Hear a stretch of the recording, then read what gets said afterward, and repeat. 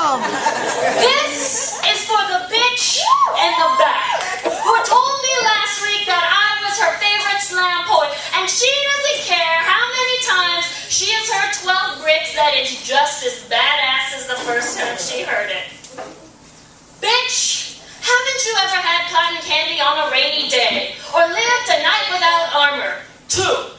Because then maybe you would know that I am a 2-bit hacking cumulative of a white Nikki Giovanni and a subdued Bosia.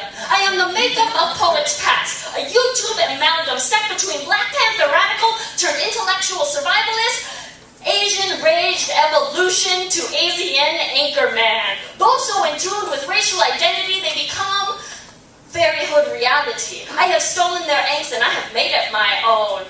And another face in the crowd refers to me as, hey, crazy white bitch poet. It could be worse, I guess. This is for the bitch in the back who said I was as fearless as all women should be, that this raw feminism should sweep over us like a tidal wave and we could start anew. Bitch, read more Miss Magazine. Then try to survive a New England class on gender identity. This shit that shaves your head, takes down tits and bars babies from the butchers. Fuck the ear piercing and circumcisions. We are a maelstrom of mutilations. Today we go natural. Today we go militant. A year of hard lazy labor leaves masturbation over conversation. And the pussy in me, well, that shit broke out and broke down. And now I am on my knees at any shudder of masculinity. Fantasize aloud, leaving domestic bliss, seeking sequins stripper down. My internal feminism, that shit is either dead or outdated. This is for the bitch in the back, who said she just comes to listen, bought a $5 Freehold shirt and told me that she was my biggest fan. Bitch, let me tell you, 10 years ago, I started writing. 7 years ago, I was in transition. 5 years ago, I was abused. 3 years ago, I found home. 2 years ago, I fell in love. 1 year ago, I found myself here. And yesterday I retired. You see, I'm tired of forcing feelings that prefer forgetfulness, reading hate mail from imbalanced artists, picking up poets, patting their backs. When did slam become my home life? When did I become your housewife? But I like selling you this picture, don't I? Miss Bitch in the back? This neo-feminazi, perpetually pissed off, sexually sadic, over-controlling cunt. Thanks, bitch. You make me blossom. If it didn't write out this crazy white girl poet, I might become it. And if you didn't listen, well then I might just step this stereotype out the door. I want to tell you about a girl. 1. She has no time for list poems. 2. She does not believe in God exactly, but she does believe in the potential. The possibility that anything and everything can happen. She must. Otherwise, there would be no chance for me and my awkwardly stumpy, bloated limbs. We would forever fall dizzy with failure whenever her twirls took over the night, forever evenings with rhythm and wine.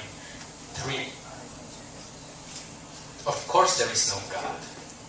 And of course there never was a paradise. But waking up with naked intertwined toes and perfectly aligned male pelvic bones in a most accurate impersonation of a mammal about to be born sure is enough to make any cynic throw up his hands in defeat and vomit faith all over one's cynic self.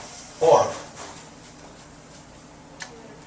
A 45-minute nap on a Saturday evening after a 45-minute around the world fuck.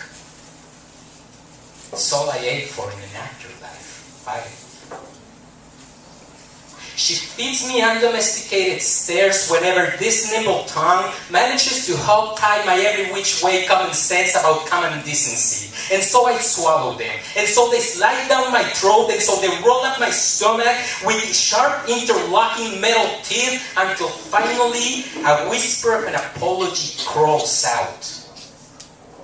Slowly the stares turn to gazes and then sympathetic looks, and I am truly sorry for every careless construction ever built with unintended consequences. 6. She is fond of saying that I will soon enough forget her name. I am fond of reminding myself that the 8 syllables she inherited from parents and history are the same amount as the cervical nerves required for my upper limbs and chest to bridge the ever-expanding gap between the falling wine glass and the tip of my middle finger as it attempts to break off its fall, as it attempts to keep from breaking off, as it attempts to cut off the certainty of a bleeding toe. And so the necessity to never forget never quite fades. 7. Empties that a blank already filled by everyday shatter. And yet she refuses to give up on the power of quiet. The tipper-tapper-toe dance parade of a self-sustained journey back home with nothing but a pocket full of dimes, nickels, and paper scraps. A fingernail trash shoot up and scatter just for momentous occasions like each night before going to sleep. Each night before going to check on crackles and cracks, on neighbors shredding away minute by minute 8 hours of sleep, on bullets, obeying orders for the first and the final time in search of flesh, and yet she refuses to surrender. And so I must refuse as well. I do so out of respect. 8. I am the craft. She is my artisan. 9. She will make this the best of all possible worlds, one stray cat at a time. 10. She really has no time for list poems. International House of Filipino Pancakes.